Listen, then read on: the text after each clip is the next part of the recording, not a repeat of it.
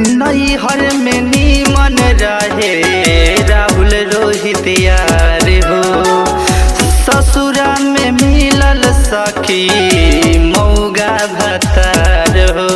ए सखी का कही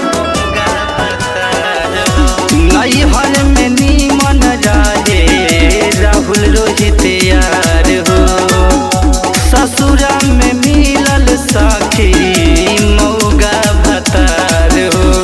करेला सिंगारा अपना में हरी के आगे कही देला हमें शर्मिंदा शर्मिंदा। बोलमुआ मिला लाज के लवंदा, बोलमुआ मिला लाज के लवंदा। एकदम मौगे मिलल बा ये सखी।